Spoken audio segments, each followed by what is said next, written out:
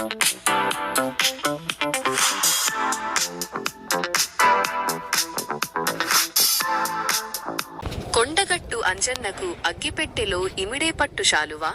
జగిత్యాల జిల్లా ప్రముఖ పుణ్యక్షేత్రమైన కొండగట్టు శ్రీ ఆంజనేయ స్వామివారికి అగ్గిపెట్టెలో ఇమిడిపోయే అరుదైన పట్టు శాలువాను ఓ చేనేత కళాకారుడు బహూకరించారు.